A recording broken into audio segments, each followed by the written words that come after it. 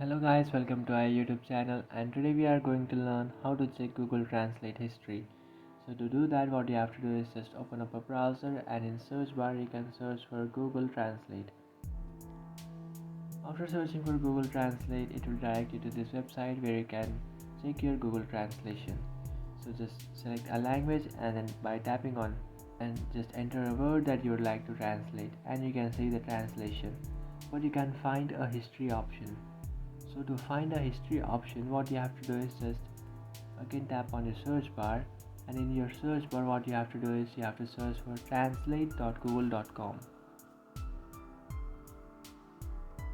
After searching for translate.google.com, here you can find this option which is Google Translate. Just tap on that, and after tapping on that, now you can enter any text that you would like that you want to translate. Just after entering that text, just tap on the arrow which is beside your translation, and here you can see the translation of that word. And now you want to access the history of the words that you have translated.